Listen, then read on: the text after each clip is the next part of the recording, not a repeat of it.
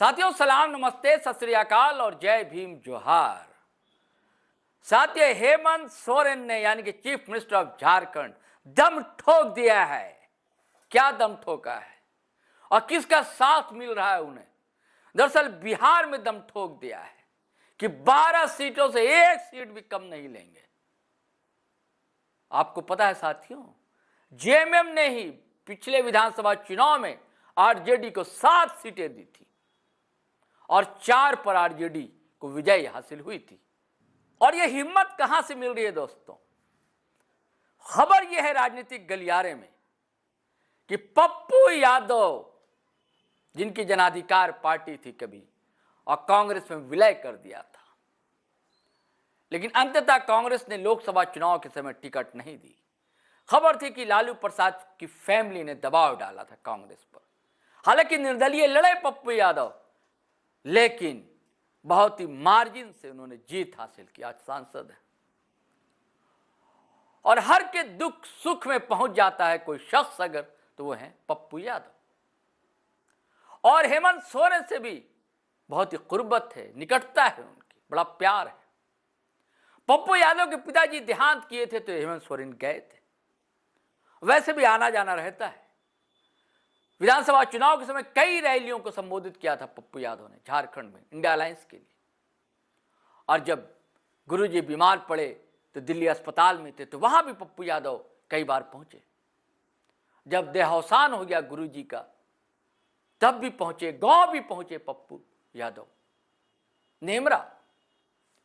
तो खबर यह है पॉलिटिकल गलियारे में दोस्तों कि ये दबाव और ये प्रेम और स्नेह दरअसल और हिम्मत जो मिल रही है हेमंत सोरेन को कि ठोक देना है, दम ठोक देना है, खूंटा गाड़ देना है बिहार में कि 12 सीट से कम नहीं लेंगे। खबर यह है दोस्तों कि 6 तारीख को बातचीत होने जा रही है तेजस्वी यादव से। फोन टॉक तो हो चुकी है। आप बीच में जब रैली हुई थी पटना में, तब भी हेमंत सोरेन गए थे और राहुल गांधी के साथ रैली में शामिल हुए थे।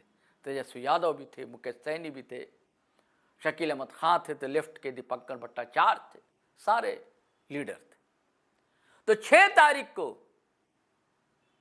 विनोद पांडे, जो पार्टी के महासचिव हैं और राज्य सरकार में मंत्री हैं और हेमंत सोरेन के काफी करीबी माने जाते हैं, सुखदेव कुमार सोनू, 2 लोगों को यह ड्यूटी दी गई है कि वो जाएं बिहार और तेजस्वी यादव से सीट शेयरिंग की बात करें।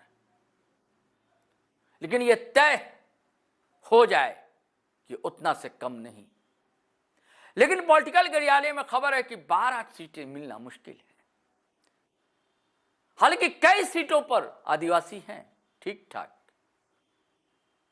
9 से 10% कहा जाता है उनकी आबादी है वहां बिहार।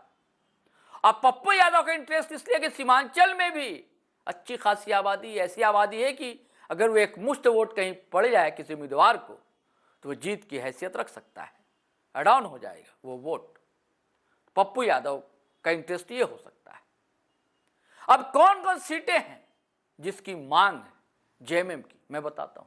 वैसे एक सीट पर उसका एक दौर में एमएलए भी हुआ है दोस्तों, चकाई से। मैं टोटल सीट आपको बताता हूं। तारापुर, कटोरिया, मनिहारी, झाझा, बांका, ठाकुरगंज, रुपौली, रामपुर, बनमखी, जमालपुर, पिपरपैंती और चकाई। इतनी विधानसभा सीट है जिस पर दावा है झारखंड मुक्ति मोर्चा का। अब मैं ये बता रहा था दोस्तों, ये प्रेशर डालेंगे आरजेडी पर, तेजस्वी यादव पर, और कोशिश रहेगी कि कांग्रेस की ओर से भी दबाव पड़े। अब ये सीटें जो है कांग्रेस कोटे से मिलेंगी या आरजेडी कोटे से मिलेंगी? खबर तो ये है कि आरजेडी कोटे से मिलेगी।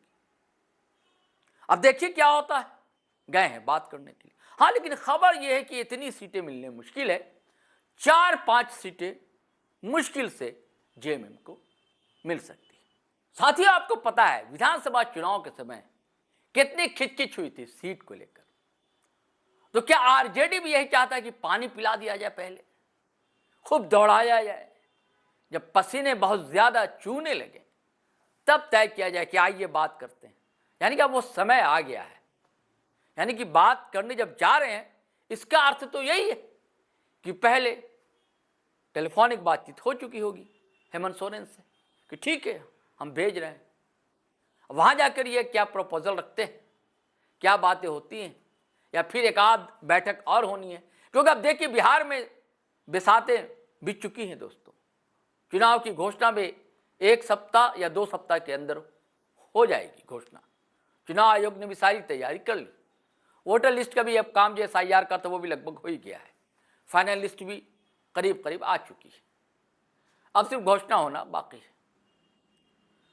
तो इन बीच में खटपट की भी खबरें आ रही थी, यही इंडिया अलायंस के बीच, क्योंकि हर के अपने अपने दावे थे। कांग्रेस के भी अपने दावे थे, कांग्रेस प्रेशर पॉलिटिक्स में। कांग्रेस ने अब तक घोषणा नहीं की है कि भाई गठबंधन का उम्मीदवार कौन होगा, यानी कि मुख्यमंत्री पद का। लेकिन यह तो तय है कि भाई तेजस्वी यादव ही मुख्यमंत्री की चेहरा है, कोई ढकी ठुकी बात नहीं है। और जनता भी समझती है, वोटर भी जानता है। अब जेएमएम क्या कमाल करेगा दोस्तों, ये देखने की बात होगी।